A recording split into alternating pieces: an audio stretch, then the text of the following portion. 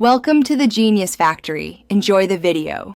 You start by prepping the device. Make sure WhatsApp and Android are updated because behavior changes between versions.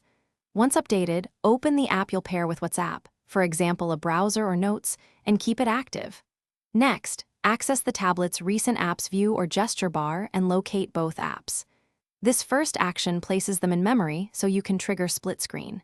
Do this now. Don't dig through advanced settings yet. We'll split the screen in the next step. Once both apps are visible in Recents, tap the app icon or long press its title to reveal the split screen option. Select Split Screen for WhatsApp or the companion app. Then choose the second app from Recents or App List to occupy the opposite pane. Make sure WhatsApp remains on the side that suits messaging input and camera access. You can drag the center divider to resize. This is important because message composition needs enough vertical space. If gestures interfere, switch to button navigation briefly and repeat. Finish by testing core actions.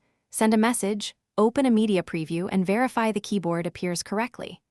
If WhatsApp reloads or drops out of split view, close both apps and reopen them before re-attempting split screen. Also check settings for aggressive battery optimizations and disable those for WhatsApp. If camera or input is blocked when resized, confirm app permissions or restart the tablet. Sometimes the system needs a fresh session. Once done, you'll have stable split-screen messaging. If problems persist, review multi-window settings.